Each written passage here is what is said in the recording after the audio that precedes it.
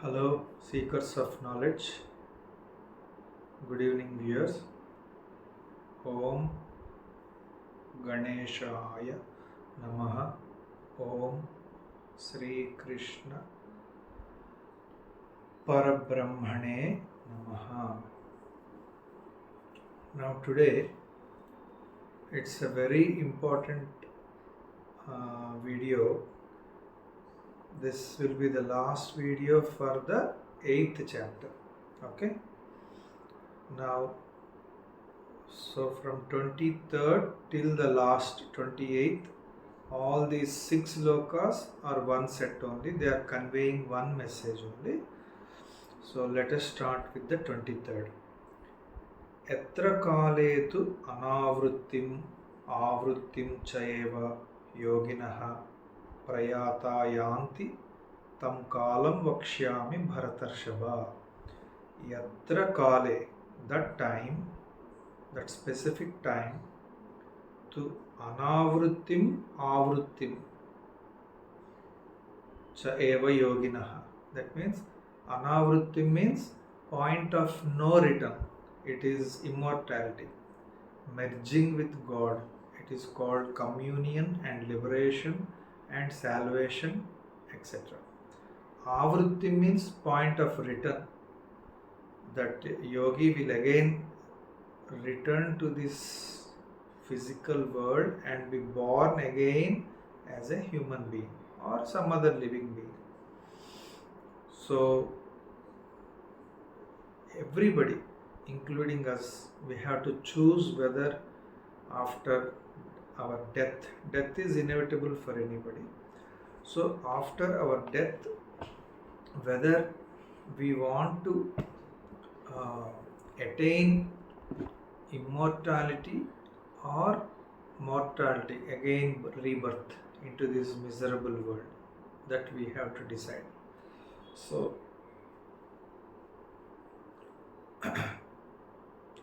yatra kale tu anavrittim avrittim chayeva yoginah prayata yanti. Prayata means prayanam, travel. Prayanam means, prayata means traveling. Traveling from where to where? At the time of death, we will travel from this physical world to astral world. So that means, so actually he is saying, referring to death only. At the time of death, he will travel. That means when I die, my soul will travel from this physical body to the astral body. So that is called as prayata. Yanti means to attain, to achieve. Tam kalam, that specific time, vakshyami, I am going to tell Arjuna. So the whole sloka means, O Arjuna, now I am going to tell you that specific times, that time when if a yogi dies, if a yogi leaves the body at the time of death, he will attain immortality or he will again attain another birth. So that is the meaning of this sloka. Now, 24th sloka. Agnir Jyoti Rahas Suklaha Shanmasa Uttarayanam Tatra Prayata Gachanti Brahma Brahma Vido Janaha. So here Agnir Jyoti Rahas Suklaha. There are actually 4 terms. Agnir Jyoti, Agnihi, Jyoti Raha, Jyotihi, Aha Suklaha, Aha Suklaha. So Agnihi, Jyotihi, Ahaha Suklaha. So 4 terms, but actually it will be given as a combined word, Agnir Jyoti Rahas Suklaha. It's actually 4 words. Then Shanmasa Uttarayanam. So actually the meaning is Agni literally means fire. Jyoti literally means light. Aha literally means daytime. Suklaha literally means the bright fortnight of the lunar month. So actually in Indian calendar we use lunar month. That means 15 days the moon will be waxing, 15 days the moon will be waning. That means the first 15 days the moon's light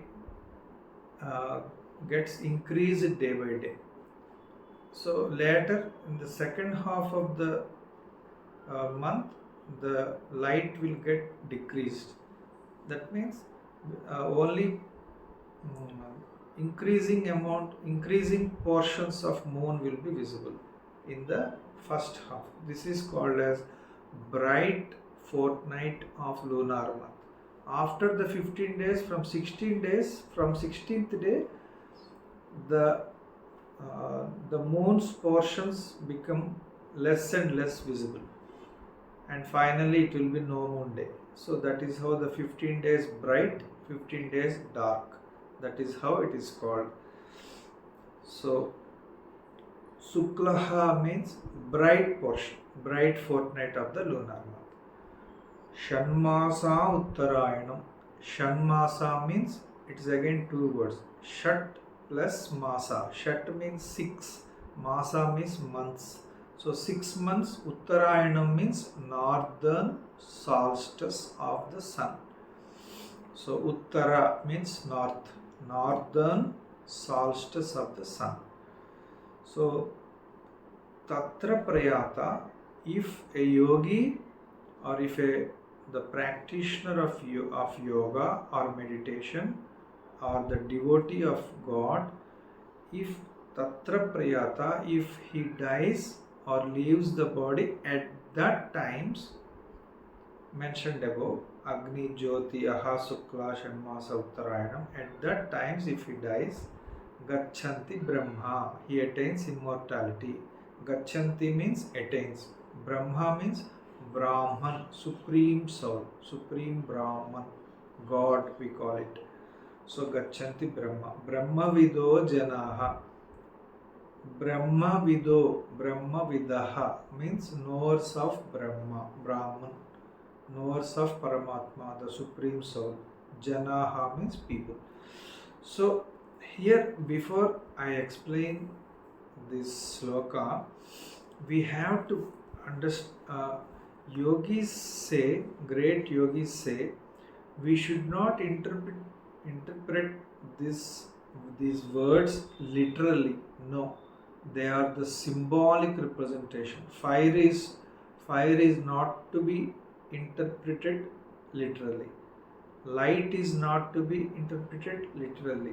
Similarly, Aha, daytime, Suklaha, bright fortnight of lunar month, Shanmasa Uttarayanam, 6 months northern solstice of sun, they are not to be interpreted literally in the physical sense. They have yogic representation. We have to understand the symbolic representation behind those terms. So let me explain before I explain the symbolic representation. Let us understand how we are born, how we are going to attain liberation.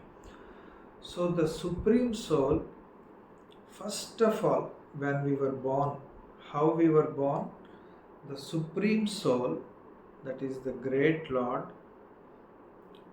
assumed the role of this individual soul and entered this cleft. There is a cleft here at the top of the head. So cleft means small hole which is not physically visible but there is spiritually visible by yogis. So God enters from here, first point. This is also called as 1,000-petaled lotus or Sahasrara Chakra or the infinite energy center. So which is giving energy to the entire cosmos or the entire creation.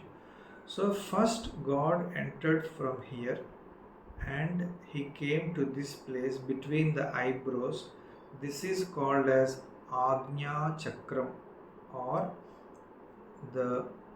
this is the energy center. Okay. So this is the second, this is the first one after entering.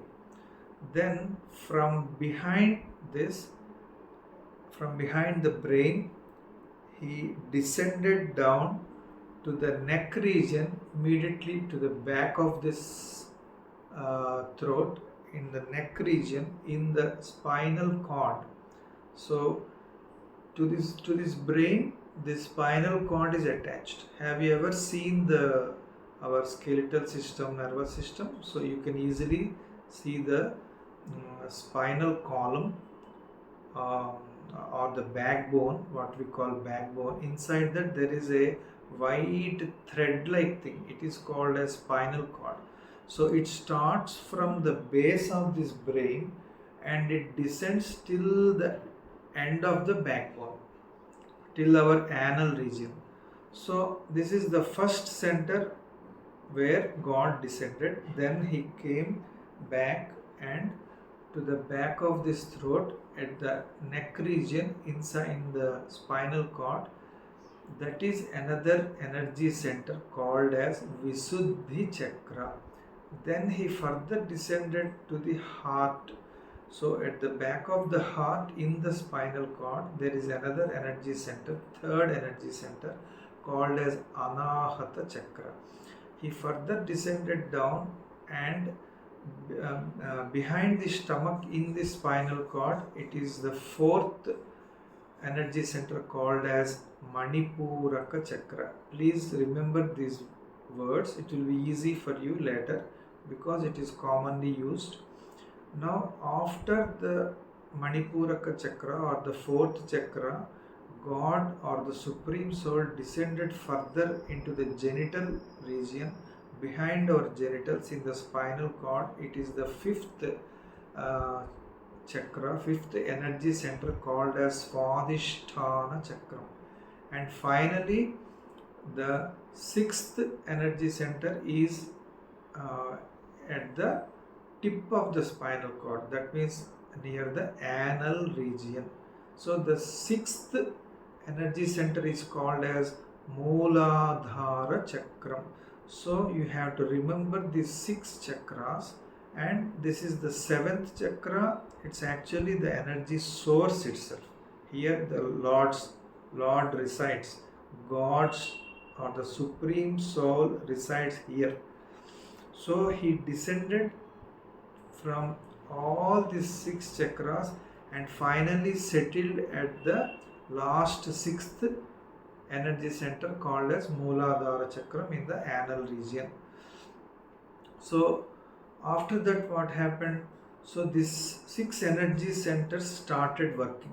Now this energy center called as Agnya Chakram, with the help of this only, with the help of this energy only, we are able, our eyes are able to function. We are able to see this world with the help of this energy center only. This energy center activated our eyes. Our eyes are in fact only just some flesh. They cannot see by themselves. If a man is dead, he cannot see, even though eyes are intact. How? Because now how we are able to see? Because of this energy center. Now at the energy center behind this, at the neck, I told you Visuddhi Chakra. Because of that energy center only, I am able to eat, I am able to talk, I am able to drink, everything is functioning. Similarly, the energy center at the heart, because of that only my heart is beating, the lungs are functioning, inhaling, exhaling.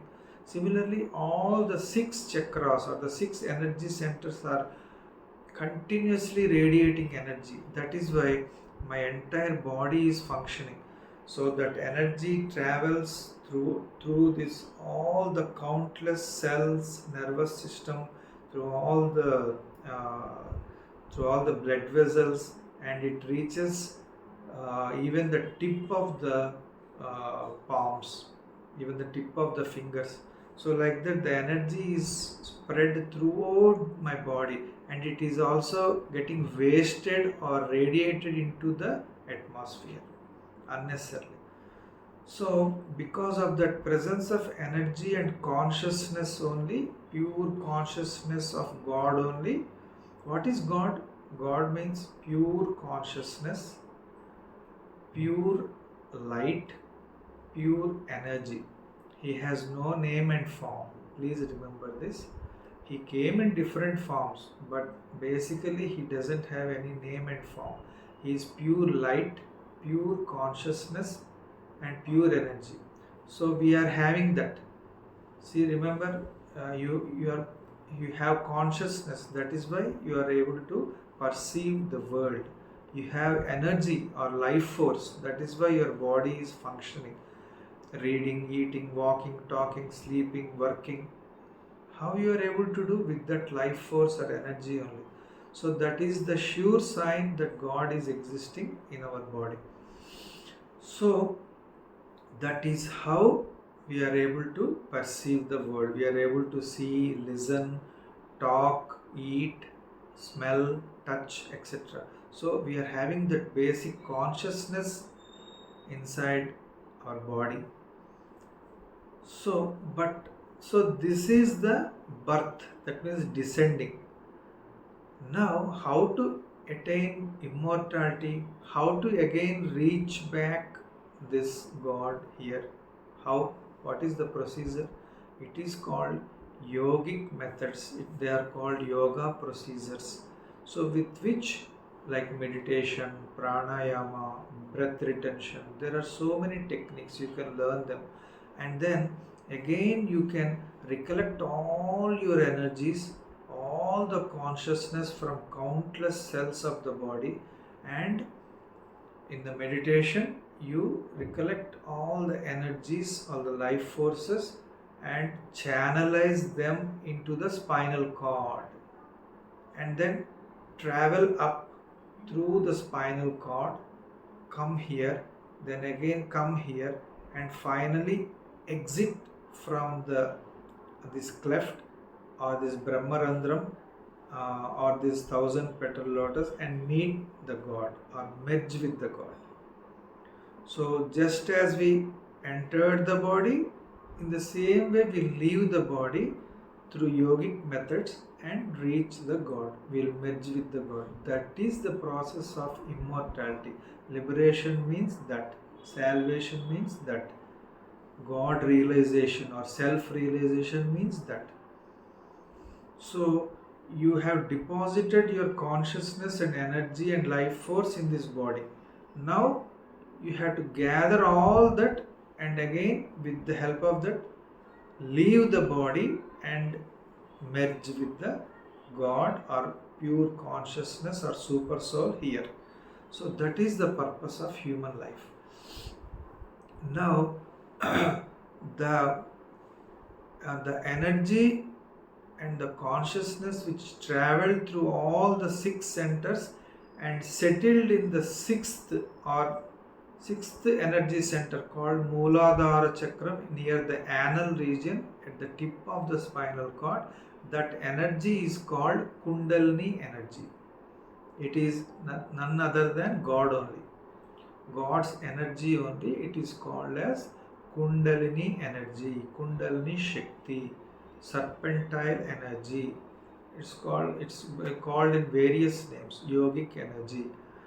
So that is God's energy, and it has that consciousness also. So it is verily God itself, that Kundalini energy. Now, so we have understood the process of our birth and process of our liberation. Now, if we read this sloka, 24th sloka, Agni Jyoti Aha Sukla Shanmasa Uttarayanam, then it will be very easily understood. That's why I told you beforehand. Now it will be very easy to understand. Let us see. Agni, the first term Agni literally means fire.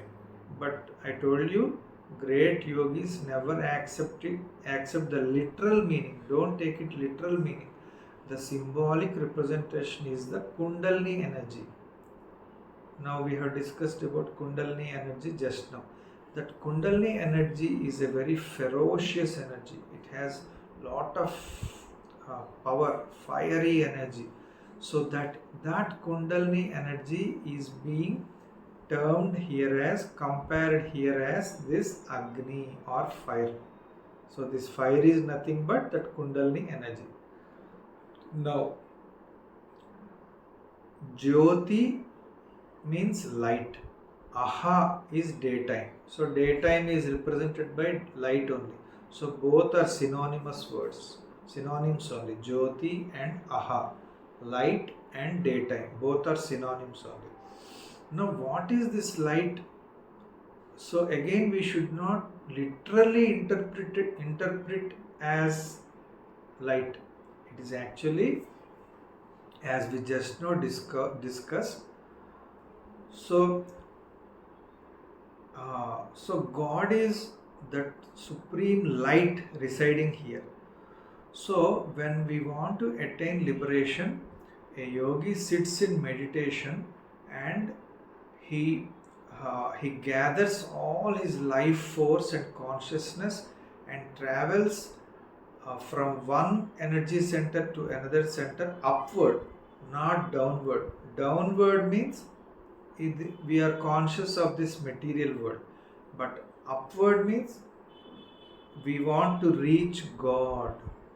So when the yogi in the meditation channelizes all his life forces and consciousness and crosses one center after another energy center, so 6th, 5th, 4th, 3rd, 2nd and 1st, and finally leaves the body and meets the Supreme Lord.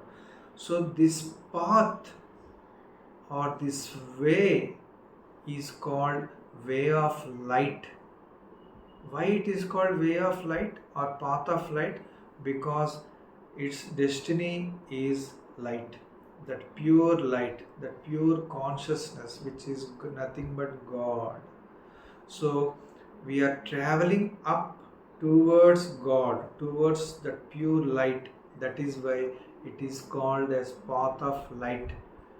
That is why we should not interpret that word Jyoti or Aha as literally as light and daytime. It is actually the path of light with which in meditation, if a yogi reaches this pure light which is God, then he attains liberation. So this is the way of light or path of light that is being referred. So now I think you understood. Agni means Kundalini energy. Jyoti and Aha are indicating the path of light upwards. But now unfortunately we are all traveling downwards. That means we are so much attached. We were so much attached to food, taste, drinks, to this material world, to the sense enjoyments. So that's why we are called bound souls. We are not liberated souls. We are experiencing pleasure, pain, loss, gain. So we are running after our desires. We are running after our passions. We are running after our sense enjoyments. That means we are in dark ignorance. We are ignorant of the supreme knowledge. That is why now this is the path of darkness. Now this is the path of light. That means we want to travel towards light, who is nothing but Supreme Soul God. So now I think you understood. Jyoti and Aha means the path of light in the meditation. Next, Suklaha means, literally it means bright fortnight of lunar month, but as we discussed just now, great yogis tell us not to take literally the word. It is actually Suklaha means bright fortnight of lunar month. Means, see, we have a consciousness. We are using it entirely for our sense enjoyments and desires and worthless goals, ambitions, etc. and etc. But great yogis, advanced yogis, or practitioners who want to get liberated, such practitioners of yoga, what they have, see, their consciousness is divided into two halves. So their consciousness is divided into two halves. One half of the consciousness is constantly seeing the pure light or light of God. It is aware of God. It is awake to God. And another half of the yogi's consciousness is in this material world, because he has to maintain his body by eating, drinking, etc., sleeping, and he has to sustain his body. So he is using half of his consciousness to maintain his body, to live in this material world, and another half of his consciousness is continuously aware and awake to God. That is what that means. So that half of his consciousness, which is always aware of God, is represented as bright fortnight of the lunar month. Please understand. And half of his consciousness, which is used by the yogi to maintain his body, is represented as dark fortnight of the lunar month. So that is why a yogi is constantly aware of God. He is in communion with God. Even though living in the world, he is also eating, drinking, sleeping, working like us, but half of his consciousness is always aware of God. He is in communion with God. He is a realized soul. He can do both. He can be aware of God, he can commune with God, as well as he can be living just like us. See, now you understand? Understood? So the two halves of consciousness are represented as two halves of the lunar month. That half of consciousness which is aware of God is represented as bright fortnight of lunar month, and that half of the remaining consciousness with which he is conscious of this material world, physical world, is termed as dark fortnight of lunar month. That's all. So now I think you will very easily understand Agnir Jyotirah Suklaha. Suklaha means Suklapakshaha means that bright fortnight of lunar month. That means the yogi is always aware of the supreme light, which is God. Now the fourth term is Shanmasa Uttarayanam. This again is a symbolic representation only. So 6 months northern solstice of sun. It is not to be taken literally. How we have to understand? That means those 6 months northern solstice, or those 6 months are representing the 6 energy centers which we have just now discussed.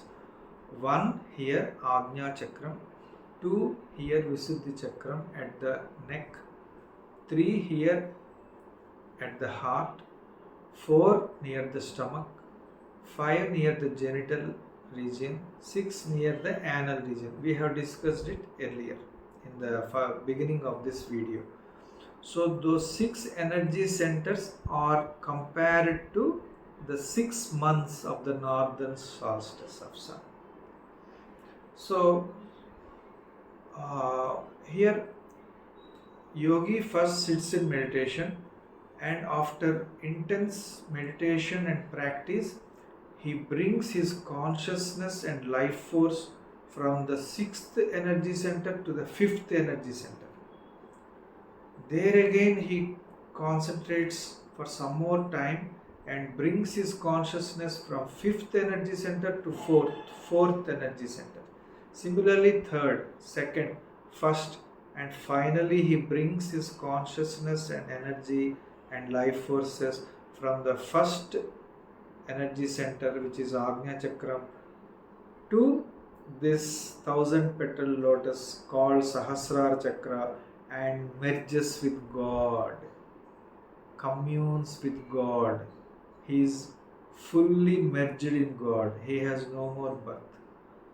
So that particular period of time he is spending on each energy center to ascend this spinal cord, to ascend from one energy center to another energy center is represented as 1 month. It is not literally 1 month. It is just a symbolic representation. So for each energy center he is taking some time. That is correlated to 1 month of the northern solstice. Why again it is called northern solstice? We can say southern solstice also of the sun, because in our body this 1,000-petal lotus or the supreme soul or God is situated here, which is to the northern tip of our body, isn't it? This is our northern tip, and our anal region is the southern tip. That is why it is being symbolically represented as northern solstice of sun, representing this 1,000-petal lotus or the Sahasrara Chakra energy center. So finally, after crossing all the 6 energy centers, he merges with the God. So that is being termed here as 6 months period of northern solstice of the sun. It is not to be taken literally. Now I think you understood all the 5 terms. Agni, fire, is the Kundalini energy. Jyoti and Aha are 2 terms, but they are synonyms. They are representing the path of light. Sukla is the one half of the consciousness of the person or yogi, which is constantly aware of God. Then Shanmasa Uttarayana means his practice in bringing his energy and life forces and consciousness from one center to another center, ascending the spinal cord and finally merging here, finally merging with the Supreme Lord. So Agnir Jyoti Rahas Suklah Shanmasa Uttarayanam Tatra Prayata. Tatra means at that point of time, that means at that specific times. Prayata, if the yogi leaves the body, travels out of the physical body, Gachanti Brahma, he attains immortality. See how clear it is? It is very clear. Brahma Vido Janaha means knowers of Brahman. Who are knowers of Brahman? Yogis or the saints, sages, wise people. Wise people are called Jnanis in Sanskrit language. That's all. That is the 24th sloka. Now we move on to the 25th. So exactly the opposites are given here. Dhumo Ratrihi Tadha Krishnaha Shanmasa Dakshinayanam Tatra Chandramasam Jyotihi Yogi Prapya Nivartate. Dhumaha, smoke. Ratrihi, night. Krishnaha, Krishna Paksham means dark fortnight of lunar month. Shanmasa Dakshinayana means 6 months spanning this southern solstice of the sun. See, these are nothing but the opposites of what we have discussed earlier in the earlier sloka. Smoke means when there is no fire, it is smoke. That means the person is not practicing yoga. He doesn't want to commune with God. So it is actually he has no fire of uh, wanting, wishing to meet with God. So automatically it is smoke only. So it is being symbolically termed as smoke. Ratri means night. Night means everywhere it is darkness. That means, what is darkness? Darkness means ignorance. We are not aware of God's knowledge, divine knowledge. So that person is not aware of God. So he is having no knowledge of God. That means ignorance. Ignorance is being symbolically represented as darkness. Okay, so Ratri, night means pure darkness. So that person, he is living in this world. It may be daytime, it may be night time. That doesn't matter. As long as that person is running after his sense enjoyments, desires, passions, uh, worthless and waste goals and ambitions, running after money, running after name, fame, running after some power, running after some health or family. So he is seeking everything but God. That means he is in total darkness. He is ignorant of the divine knowledge. He is unaware of God's presence. God is here itself, within himself. In the form of those 6 energy centers, God is there. But he is unaware of that. So unaware means lack of knowledge. That means ignorance. Ignorance is being symbolically represented as darkness, night. Tadha Krishna, Krishna Paksha, the dark fortnight of lunar month. So in the previous sloka, the yogi, one half of consciousness is aware of God. Only with the remaining half only he is aware of the material world. That too, in order just to live, in order just to maintain his body from dying. But here in this sloka, this person is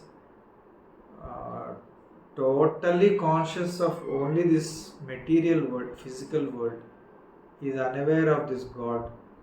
That is why it is being symbolically represented as dark fortnight of lunar month.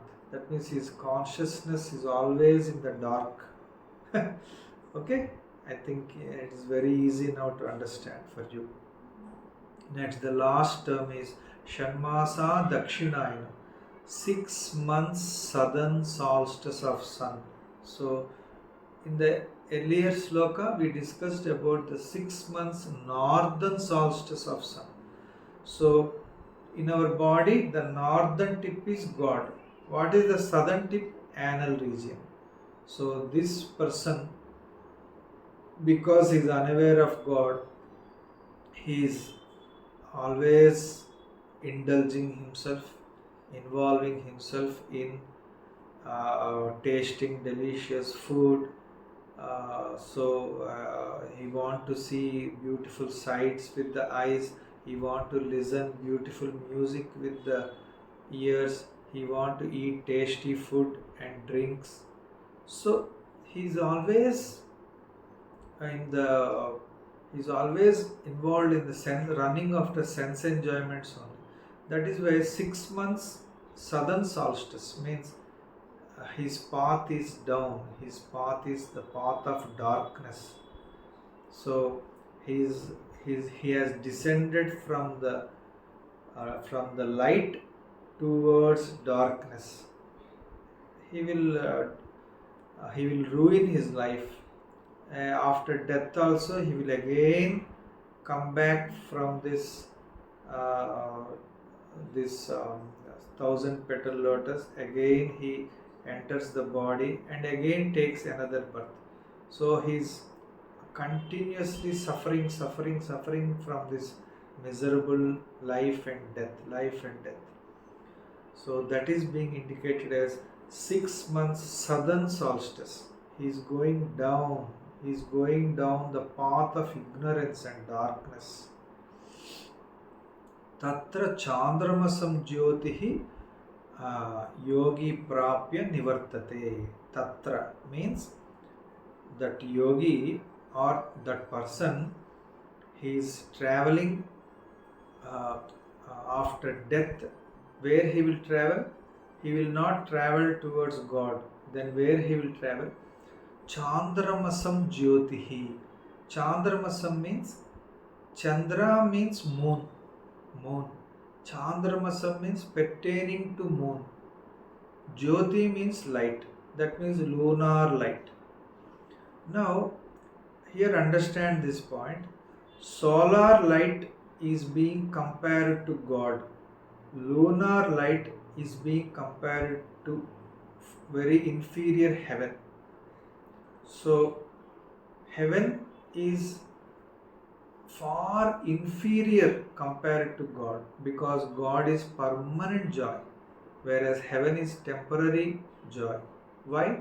Because after death, this physical body perishes, but we assume the astral body and go to the heaven and enjoy there for a limited period of time, and again we come back to this world and again attain another human birth. So we can stay in the heaven only for that much period of time, proportional to the merit you have achieved and through good activities, good deeds, good thoughts, good words. So if you have done good service to the people here, then only you will accrue certain good merit. With that merit only, after death, you will attain the astral body and live in the astral world, which is called heaven.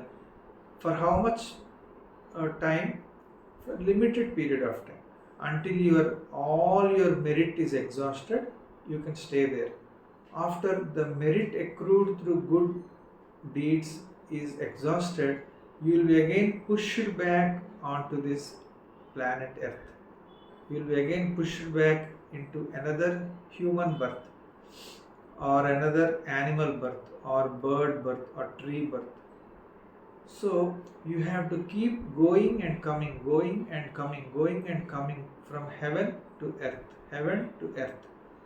So it is temporary joy only at the heaven. Again you have to come back to this world and again experience all these pleasures and pains in this miserable world, sufferings. But whereas if you attain God here, then it is permanent joy. Then there won't be any more human births. You are permanently merged with God. It is permanent joy.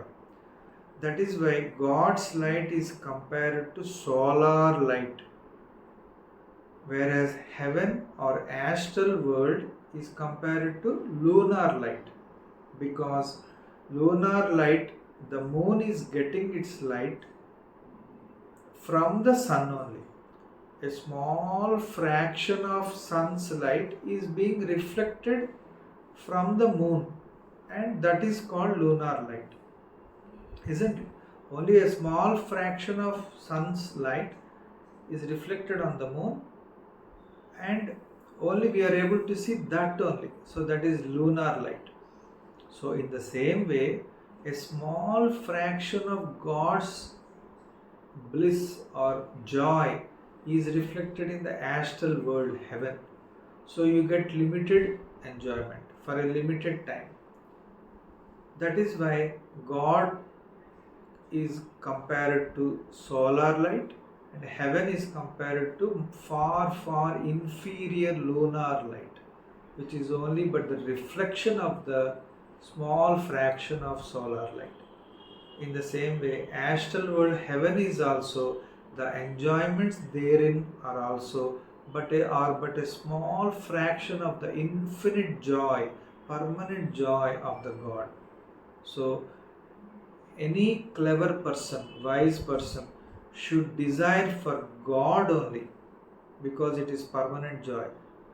So only a fool will desire or wish to attain the heaven, which is only a temporary joy, which is nothing but a fraction of God's joy and bliss.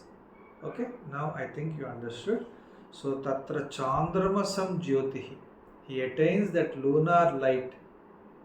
Yogi prapya nivartate. He attains that, and nivartate is the very important word. Nivartate means he again comes back onto this planet Earth, to this physical world, and takes another birth, human birth or animal birth or bird birth. So he has to continuously take birth here, experience all the sufferings, pleasure and pain, die and go to that astral worlds, again come back, coming, going, coming, going. So there is no liberation for this soul. So we have to practice yoga and meditation and cross all the energy centers and finally come out of the body here and meet our spiritual father, supreme father, who is nothing but the Lord Almighty. That is the purpose of human life. Okay, that is called liberation from this suffering, salvation, immortality. Okay, so that is all the three slokas. Now in the next sloka he is saying Sukla Krishne gati hi ete jagatah sasvate mate ekaya yati anavrittim anyaya avartate punaha. So same thing. These two paths, path of light, path of darkness. These two paths are ever existent. Ekaya yati anavrittim. With one path, that is the path of light, you attain anavrittim, that means immortality, no birth again.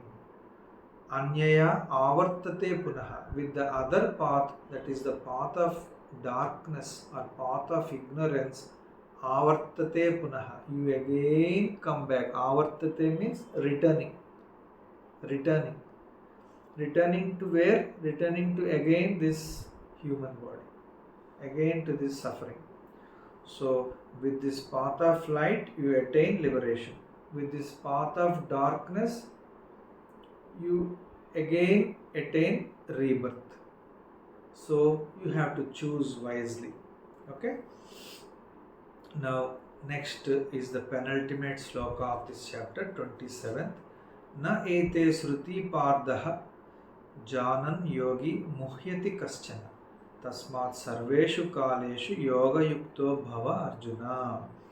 So that person or that yogi who knows this knowledge of this path of knowledge, path of light or knowledge, and path of darkness or path of ignorance. So that person who knows these two paths, na muhyati kaschana, he will never again be infatuated. He will never again fall into this illusory world, delusion of sense enjoyments. Oh, I want to enjoy this, I want to enjoy that. He will never again say that. He says that my permanent goal is God. Tasmat sarveshu kaleshu yoga yukto bhava Arjuna. O Arjuna, so always be in that state of meditation or awareness of God. Just like that yogi, his half of the consciousness is always aware of God, while still he is continuing his activities in the world, in this physical world. So that is how we have to be constantly be in communion with the God. We have to commune with God while doing our duties and responsibilities. Now the last sloka of this chapter, 8th chapter, Vedeshu yajneshu tapassu cha eva daneshu yat punyaphalam pradishtam atyeti tat sarvam idam viditva yogi param sthanam upaiti cha adyam. So the knower of these two paths, path of light, path of darkness, he attains such immense merit, supreme merit, far superior merit when compared to the merit that is accrued through learning Vedas, or the merit that is attained through performing yajnashu. Yajna means sacrificial rites, or that merit which is attained through tapassu. Tapassu means penance or austerities, or the merit which is accrued through daneshu, that means alms giving or charity works. So the yogi who understands this path of light and the path of darkness, he will gather far superior merit or punya. Punya is a Sanskrit word. Merit means the English word. So a far superior merit he gathers when compared to the merit achieved through knowing Vedas or performing sacrificial rites or doing severe and intense austerities and penance, or by alms giving and charity. So that much of merit he will accrue, or he will achieve or attain. And not only that, he will also be liberated. Param sthanam upaiti. Param sthanam means that supreme abode he will reach. The supreme state of consciousness he will reach in the samadhi state in yoga or meditation. In the meditation, he reaches the transcendental state called as Param Sthanam or Samadhi state, or the supreme abode, Cha Adyam. So, not only he attains the superior supreme merit, but also he is liberated from this miserable life and death cycles called as samsara chakra. Okay, so with this we completed the 8th chapter. We'll continue with another nice video later. Till then, God bless you.